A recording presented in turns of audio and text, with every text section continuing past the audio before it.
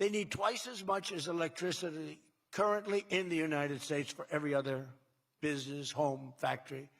They need double. So I said, we can't do that. And then I had the idea. When they build these $50 billion plants, I'm going to let them build, and they're already building big electric plants to take care of their plant. And any excess electricity, they'll sell it back to our country. It's an unbelievable, and therefore we're going to build, I think if they really added, you hear how much, and I have great respect for China, but you hear they're building a lot of electricity, but we are too. But we're having it built privately. They're going to own their own electric. They're becoming their own electricity producer. And when they heard this idea, they thought it was great, but they didn't take it seriously because they said it's too good to be true. But then they realized that I was serious. So we're getting them 2- and 3-week approvals. They don't have to wait for 20 years before they get rejected. In the old days, they had to wait for 20 years, and then they get rejected at the end of 20 years. Guys would give up their whole career trying to get one approval, and then they get rejected. In every aspect of our agenda, we're putting America first, and nothing will stand in our way. Nothing's going to stand in our way, nothing. So one of our top priorities of this mission is promoting greater affordability. Now, that's a word used by the Democrats. They're the ones that cause the problem. The one thing, they stick together. They don't have some of the people that we have. I don't know, it's a genetic thing. It's something in the blood. We got some real losers, mostly great. But I wouldn't use the name Romney because I'm in his sort of territory, so I would never use that name. But all right, I'll use it. They don't have a Mitt Romney that votes against everything. They don't have a Rand Paul that votes against everything. I got him elected twice. He was a stone-cold loser. I went to Kentucky where I won by a lot. I did a rally for him.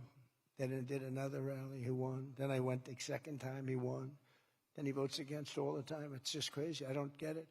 Then you have Lisa Murkowski and you have Susan Collins. Disasters.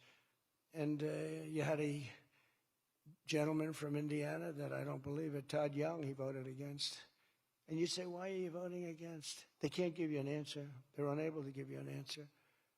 It's like, why are they against the attack on Venezuela? They're against the attack after they found out it was the most successful attack, probably the most talented, most brilliant tactically attack that we've had maybe in 100 years. And they're against it. Why? It's one thing if the attack failed. I'd probably do that too, a change. I'd be in favor. Then if it failed, I'd say, I told them not to do it. That's what they do. But here we have one of the most successful attacks ever, and they find a way to be against it. It's pretty amazing. But it's a shame, and we have some others, but not many. We have a great party, but we have people, the Democrats, whether you like them or not, they stick together like glue. They have horrible policy. Thank God they have horrible policy, because they're smart, they're evil, they're vicious, but they're bad policy. For instance, you could be a genius and try selling men playing in women's sport. You could be a genius, try selling transgender for everybody, open borders, let the world come in, let the world's prison population come into the United States, including all of the murders, 11,888. That's what we're trying to get out of Chicago and Minnesota and these places. So they stick together, which I admire because I'm a very loyal person, but they have horrible policy. Can you imagine if they had good policy? They were on this morning talking to all the reasons that men should be playing in women's sports. They had a football guy there, flag football. This guy was like 6'6", he weighed 290 pounds with zero body fat. And they had a few young women. They were the size of his leg. He wouldn't have had to run. He could have just walked. They couldn't have done a thing about it. 10 of them would have to jump on him that wouldn't have had any impact. I don't think he would have been like a fly. It's so ridiculous. It's so demeaning to women. It's so demeaning.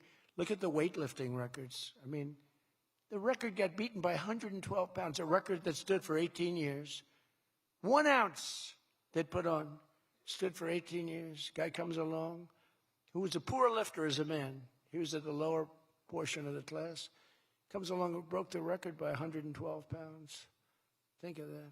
They've fought for years to beat that record. How about the swimming records?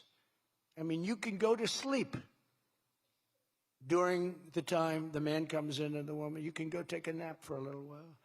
How about the long-distance race that took place not so long ago? Long distance, these marathon deals. They had top men, top women. The man came in. The woman came in 5 hours and 14 minutes and 36 seconds behind the man. Think of it. You're waiting. The man comes in. Now you're waiting 5 hours. What do you do if you're the parents? You go home and sleep for a while. Who the hell wants that? It's so demeaning to women, and who are great athletes. It's so demeaning to them, and it's right now in the Supreme Court. I can't believe it would even go to the Supreme Court. I mean, could you imagine 20 years ago talking about men playing in women's sports? They think you're crazy. Or transgender for everybody? If you said there will be no mutilation on children, that's one of my standard lines. We will not allow the mutilation of a child. Can you imagine having to say that 15 years ago? People would say, is that guy crazy? Of course we won't. But we're living in a different time. It's a crazy time we're living in. After real wages plummeted by $3,000 under Sleepy Joe Biden, real wages are up by $1,300 in less than 1 year under President Trump.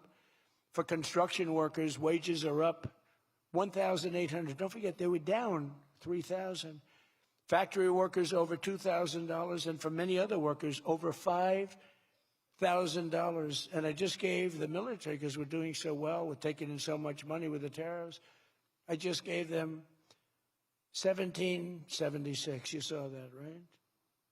Did you see that? They had 75, and I said, you know, if you had one more dollar, it's 1776. They said, that was a good idea. We could afford one more dollar. We gave them 1776. Meanwhile, grocery prices are starting to go rapidly down. Rent is down. Airfares are down. Hotel rates are down. Cell phone prices are down.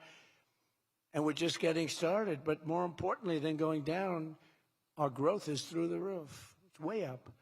Among my first acts in office was to end the radical left war on oil and gas and stop the crusade to kill American energy, and frankly, to open up cars so that you don't have to have an electric car. I love electric cars. I think they're great. I like Elon a lot. I don't think he was too happy with my policy of opening it up, and I can understand that. But I've been saying it for 4 years. They wanted everybody to have an electric car in a very short period of time. There was no way to build the stations. There was no way to get it done.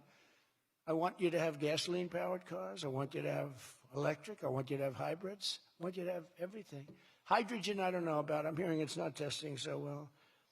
It's fine, except when there's an explosion, you're a goner. Now, have you heard that with hydrogen? One guy is trying to sell hydrogen, and I say, yeah, but, sir, that only happens 1 in 100. Oh, great. When it happens, they find the body like 300 yards down the road. So I said, I'll pass on hydrogen. Maybe there's something I don't know about, but is anybody in the hydrogen car business?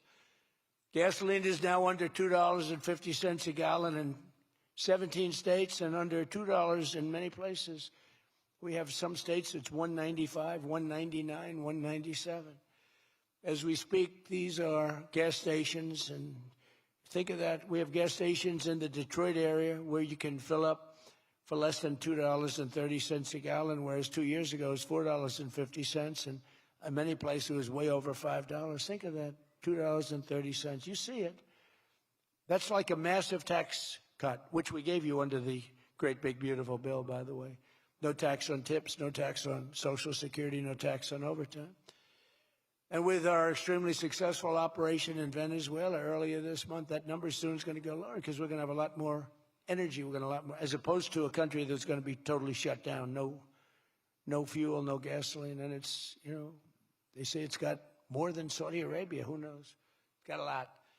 And by the way, to all Iranian patriots, keep protesting. Take over your institutions if possible. And save the name of the killers and the abusers that are abusing you. You're being very badly abused. If the numbers are right now, I hear 5 different sets of numbers. I hear numbers. Look, 1 death is too much. But I hear much lower numbers, and then I hear much higher numbers. But I say save their names because they'll pay a very big price. And I've canceled all meetings with the Iranian officials until the senseless killing of protesters stops. And all I say to them is help is on its way. You saw that I put tariffs on anybody doing business with Iran. Just went into effect today.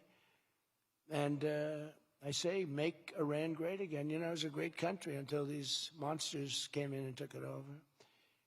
And it's all very fragile. What would have happened to us? I'm telling you. If I didn't win this election, what would have happened to us?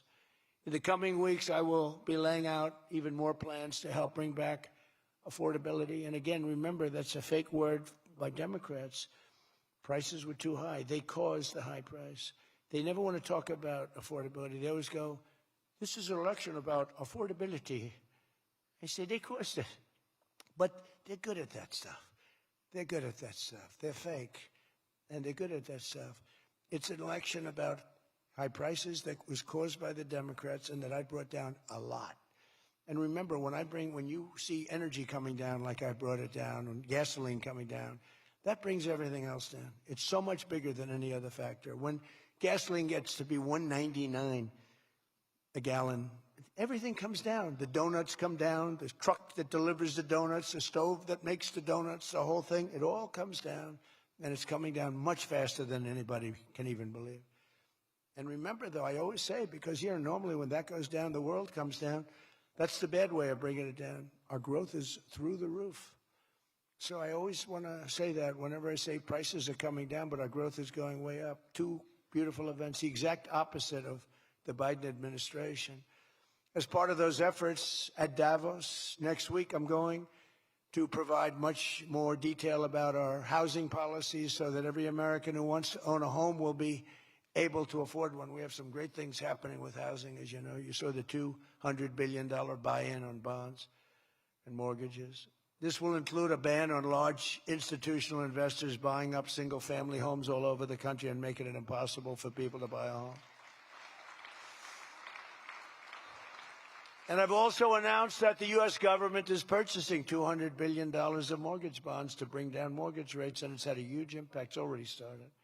And just last week, the average 30-year mortgage dropped below 6% for the first time in many years. It's coming down very rapidly, and that's not with the help of the Fed. If I had the help of the Fed, it would be easier. But that jerk will be gone soon. In addition, I proudly called for the credit card companies to cap interest rates at 10% for 1 year because they're getting 28 and 30% and 32%. And it's unfair. The rates are way too high. To provide further relief to hardworking Americans, we'll also be confronting one of the biggest factors in driving up prices, the monstrosity known as the Unaffordable Care Act. You know what that is, right? It's Obamacare. It's a great name, Unaffordable Care Act. Nope. Did anybody ever think of that one before? It's true. It's the Unaffordable Care Act. Obamacare was a gift to make health insurance companies rich at the expense of the American people. In particular, the so-called enhanced premium tax credits were a corrupt payoff to the insurers, whose stock prices went up more than 1,000% after Obamacare was signed. I want the same money I want it to go directly, very simple. I want the money, those big amounts of money paid for by the government, to go directly to the people so they can buy the health care that's right for them. They can negotiate their own deal, health care savings account, but they'll buy their own health care. And everybody loves it. That's why later this week, I'll announce our healthcare affordability framework that will reduce premiums for millions of lower drug prices, delivering price transparency and demand honesty and accountability from insurance companies all over the country, all over the world, actually. Healthcare costs will come down very fast with my most favored nation executive order. We're doing most favored nation drug prices. When we would have drug prices stay the same, everybody thought it was great. They're going to be coming down thousands of percents. We're standing up to special interests and slashing prescription drug prices by 300, 400, 500, and even 600% and more. I mean, think of that. On that alone, we should win the midterms in a landslide. I'm doing favored nations. The country that pays the lowest price in the world is the price that we're going to pay. And we got that because of tariffs, because I said to the countries they wouldn't approve it. The drug companies were tough, but they were fine. But they said the countries will never do it because you have a pill that sells for $10, you have to sell it for $20 or $30, so you'd have to double or triple the price of their health care there for prescription drugs. Ours would come down from $130 to $20. Theirs would go from 10 to 20, the world being a bigger place. And it was unbelievable, but the countries wouldn't do it. So I called the countries. I said, if you don't do it, then I'm going to put a tariff on you. And the tariff's going to be 20 times more than the cost that you're having to pay for fair health care. And every one of them said, sir, we agree with you 100%. We would be honored to do it. It was really rather amazing. We could never do it. So think of that. You have most favored drug prices. Your drug prices are going to go down like from $100 to $10. Nobody can believe it. And we can't get the fake news to write about it. It's the biggest thing to happen in medicine. It's the biggest thing to happen in healthcare. And I cannot get the New York Times, I cannot get anybody to write about it. When we got it done and we announced it, it was on a page way in the back of the New York Times. Same with others. They don't want to talk about it. You know why? Because it's so good. It's the biggest thing to happen. Over the past 12 months, almost every promise I made to you right here in 2024 has been kept. I've kept all my promises and much more. I mean, I've given you much more than I gave you promises, and I produced much more than I said I was going to produce. I gave you the largest tax cuts in American history, cutting taxes across the board in the great, big, beautiful bill. And as I told you, I mean, who would have gotten you no tax on tips, as I said before, no tax, I say it over and over again, no tax on overtime, no tax on Social Security for our seniors. Any senior should be voting for us because the Democrats won't do this. It doesn't work for them. And we also made interest on car loans fully tax deductible so that when you go out and buy a car, if you have a mortgage or you get a loan on a car, you're allowed to deduct interest for the first time ever. That's never happened before. But only for cars that are stamped with the beautiful words, made in the USA. In other words, we're only letting that take place if the car is made like in Detroit or in the USA. Our tax cuts also provided 100% bonus depreciation on all new equipment and capital investments, meaning that for any manufacturer looking to bring production back to America, you can write it all off, everything, not in 38 years, not in 44 years, in 1 year. You write the whole thing off in 1 year. That's the biggest thing. I think that's the biggest thing. That's the big job producer.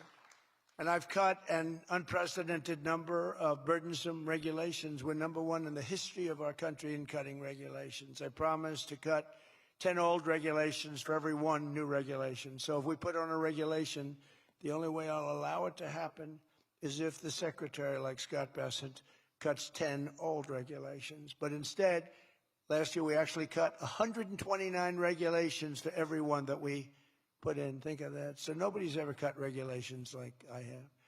I terminated the insane electric vehicle mandate and ended the war on internal combustion engines. Once and for all, those engines were gone. And some people like them.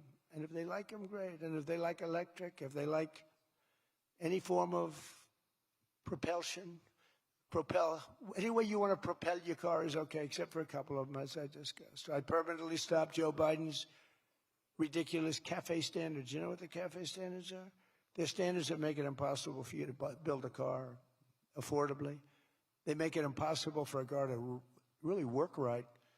The CAFE standards sound so nice. The CAFE standards, it's environmental standards that are impossible to meet. And we're canceling the EPA's absurd tailpipe emission standard, one of the worst ever. And I revoked the California emissions waiver to stop San Francisco communists from regulating automobiles all over our nation, all over our world. Boy, I have done so much for the car industry. It's crazy. Nobody thought it was possible to do this. And that's why your industry, and not everybody's in the car industry. How many people are in the car industry in this room, in one way or another? That's a lot, relatively. It's not bad. Another urgent priority for bringing down the cost of living is to stop the colossal fraud that is bleeding American taxpayers absolutely dry. The fraud being committed by the Somali population in Minnesota. Have you heard of them? They're lovely people. Is monumental. And California, Illinois, New York, and others are just as bad. Our country has been losing over $500 billion to fraud every single year, but those days are over. We have the best group you've ever seen assembled going after fraud. In Minnesota, we're cracking down on the Somali scams, ending the brazen and shameless theft of taxpayer dollars. Well, it's going on in Maine, too, with Somalis. You know, and they don't take our ships anymore. You know why? We hit them with the same missile that we used to hit the drug dealers coming in with the boats. You know, we have drugs coming in by sea down 97%. You've seen that? 97%. And we're trying we're really trying hard to find out who the hell is the other 3%. But we have them down 97%. And we're going to start hitting them by land, too. The hard part is done. By sea, nobody's coming. It hasn't been great for the fishing industry, however.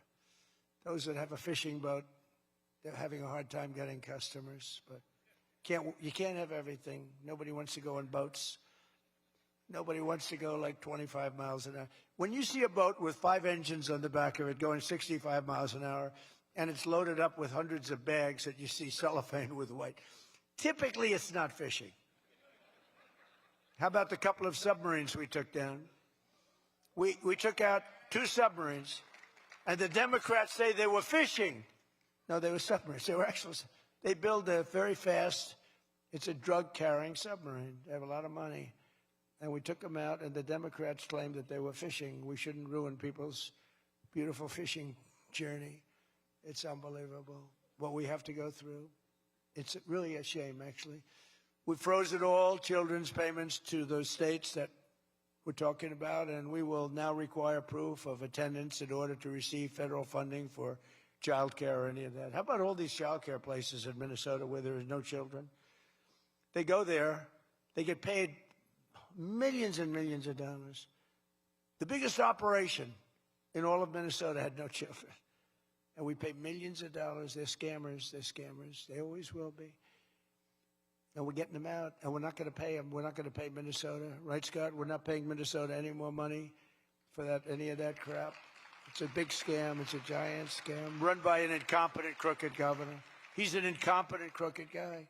And also, we're freezing any and all welfare payments going to illegal immigrants that will start effective immediately. So when illegals come into California, Gavin Newsom, they come into California, and they send us bills for people coming in. We're not paying it. So we're working on that very strongly. Just don't pay it. As Nancy Reagan would say, just say no. You remember Nancy Reagan? Just say no to drugs. It's a little more difficult than that, I guess, right? But just say no. Additionally, from this moment forward, if you're on public assistance, like almost all Somalis are, did you see where 94% of them are on public assistance? You can't wire money out of the country back to your bank account from where you came. But more importantly, we probably aren't even going to give them the money anymore, the money going to them, because of the tremendous abuse and probably illegality being perpetrated on our country. We're not going to give them the money. We're not giving them the money. It's massive numbers of people are scamming our country. You know, they came from a place with nothing, and they come here and they drive around in Mercedes-Benz. You know, the Mercedes-Benz dealers do well in that area of Minnesota. Can you believe it? They have nothing. They get welfare payments, and they have Mercedes-Benzes.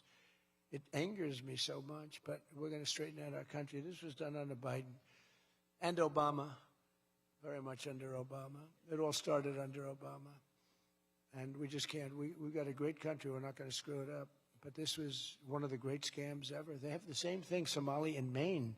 Who would think? I never saw that happening. But in Maine, it's really crooked as hell, too. But it's not just Somali.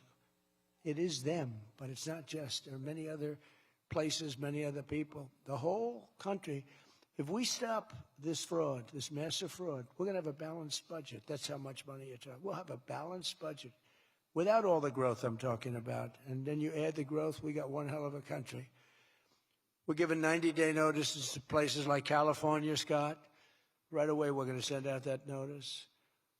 Who would bill the federal government as people poured into the state to send those people back, because no country can afford to do it. No country can afford to take in millions of people, pay for their education, their health care, their hospitals. You just can't do it. And we all have a heart. You can't do it. But many of those people are murderers. They're people released from jails, prisons, mental institutions, insane asylums. They're people that are drug dealers. They're addicts. Additionally, starting February 1st, we're not making any payments to sanctuary cities or states having sanctuary cities because they do everything possible to protect criminals at the expense of American citizens, and it breeds fraud and crime and all of the other problems that come. So we're not making any payment to anybody that supports sanctuary cities.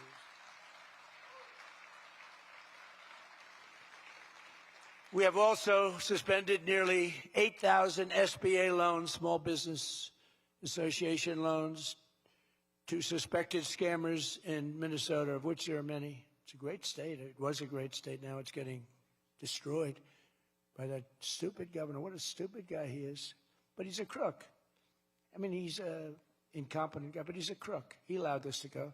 You can't have corruption on a scale that nobody's ever seen before, and you're sitting as a governor and you don't know what's going on. It's impossible, even though he's a stupid guy. We're investigating large-scale visa fraud, and the Department of Justice has already charged nearly 100 people in criminal conspiracies in Minnesota. They're all over the place. Last week, we announced that I'm creating a brand-new division at the Department of Justice, a legal strike force led by a really tough, smart new Attorney General for fraud. He's a fantastic young guy. He's so impassioned to do this properly. We intend to imprison any fraudster, politician, or public official involved in these sick plots to loot and pillage our country. Think of that Ilan Omar. She lives in Somalia. They don't have a government. Who knew it was going to turn out this well, though, really? I told you we're going to do a lot of things. Nobody thought it was going to turn out like this. This has been crazy. But it's a true honor to be back at the Detroit Economic Club with the businessmen and women who are really the economic engine of America. That's what you are. You've become more of that since I've been in, a lot more. Factories and plants were going to close, and now they're going 24 hours. I just left Bill Ford. He's running his plant, 150 plant, 24 hours a day, round the clock. It wasn't running that way two years ago, I can tell you. But it's the complex that Ford Motor Company so cherishes. It was a pleasure to see that the crown jewel of Detroit auto industry, is what they call it, is still going after 100 years. Can you imagine over 100 years? I especially want to thank the president of the Detroit Economic Club, Steve Gregorian. Where's Steve? Steve? Where's Steve? Hi, Steve. Nice-looking man. Nice-looking guy. And board chair Sandy Pierce. Thank you very much, Sandy. Thank you very much. And we have some very special people here. We have a man who's doing a fantastic job. I get angry at him every once in a while, but very, very seldom, because he's got what it takes. Treasury Secretary Scott Bessent. Scott? Hi, Scott. Hi, Scott. What a good guy. He's got a good pulse, doesn't he? Good pulse of what's going on. Thank you, Scott. He's been great. Michigan House Speaker Matt Hall. Matt. Hi, Matt. We did good in Michigan, Matt. We won the whole thing in Michigan, didn't we, huh? 3 times we won. You know that, right? They didn't give us credit the second time, but we won the second time. But we made the last one, Matt, too big to rig. Right? That's what you got. That's the only way you win races in many cases. I got to tell you, it's too bad. I think they should get voter ID. Wouldn't it be nice? The Democrats are totally against voter ID. Who's against voter ID? How can you even campaign? We are against voter ID. How do you not get voter ID? You know what it means, Matt, right? When you're against voter ID, you want to cheat. That's all. There's only one reason you want to cheat, and they do cheat. It's terrible. Michigan Senate Republican leader Eric Nesbitt. Thank you, Eric. Thank you. Look good, Eric. State Senator Jim Runstad. Jim, thank you. Thank you. Thank you, Jim. Former Congressman Mike Rogers, who's running for the Senate, and he'll be a great senator. He's going to be a great senator. He was a great congressman. And then he left. He went on to very big things. He did well no matter where he was. And I think they took that away from you last time. I'll be honest with you, Mike. I really do. I don't like to get things going. I don't like to be controversial at all. But they rigged the election on you. Mine was too big to rig. You won. I'm telling you, you won. But you're going to do great this time. He's a great guy, actually. He's going to be an amazing senator. Thank you. Thank you for being here, too, Mike. Special envoy to Iraq, Mark Savaya. Mark. Hi, Mark. Thank you. Great job you've done. This guy, he negotiates better than anybody around. Thank you. You need it. With Iraq, you need it. You need to be a good negotiator, Mark. I also want to thank Michigan's great congressional delegation. They're amazing. That's been back in Washington due to a very important vote that's coming up. They had a choice. Sir, we want to be with you, but if we're not with you, we're going to lose. But we'll still be with you. I said, no, I'd rather have you win. Don't worry about it. So we're going to win the vote. Representatives Lisa McClain, Jack Bergman, John Molinar, Bill Heisinger, Tim Walberg, John James, and Tom Barrett. They're great people, every one of them. And as many of you remember, I came here at the height of the 2024 campaign to lay out my plan to bring jobs and factories and wealth racing back to the United States and coming back to the great state of Michigan. And just a few weeks later, the people of this state and the voters all across the country endorsed that vision in a landslide victory. We won everything. We won all 7 swing states. We won the Electoral College, 312 to 226. We won the popular vote by millions and millions of... Oh, it's so nice to win the popular vote. I won the popular vote all 3 times, too, but we're not going to get into that. But the first time they said I didn't win the popular vote, but I won the Electoral College. So they'd always say, while he didn't win, this is the way I got introduced every time. While he didn't win the popular vote, he won the Electoral College, you know. So this is the way I was introduced for 4 years. And guess what? We said, I'm going back, and we're going to win and we won the popular vote by a lot. So they can't say that crap anymore. And the thing that was most impressive, we won 86% of all counties in America, 2,700 to 525. Think of that, 2,700 to 525. And that's why when you look at the maps on Republican, Democrat, with red being Republican, as most of you know by now, I think, every once in a while you see one where they have it reversed. I said, why would you do that? Well, we think it looks better. I said, look, red is Republican. Let's not try and change the voters' minds on things. Just do it that way. And the map was virtually all red. That was about the counties. That was the 2,700 to 550, I think is the exact number. Most importantly, we won a historic mandate to make America great again. And that's what we're doing. We're making America great again like never before. And now, after less than 12 months in office, this is the easiest speech to make. I have great people, and all I'm doing is spewing off what the hell we've done.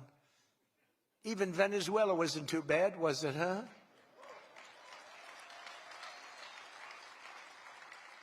But you have people, Democrats, they say, I don't know if we should have done Venezuela. I don't know. Anybody that says that hates our country, okay?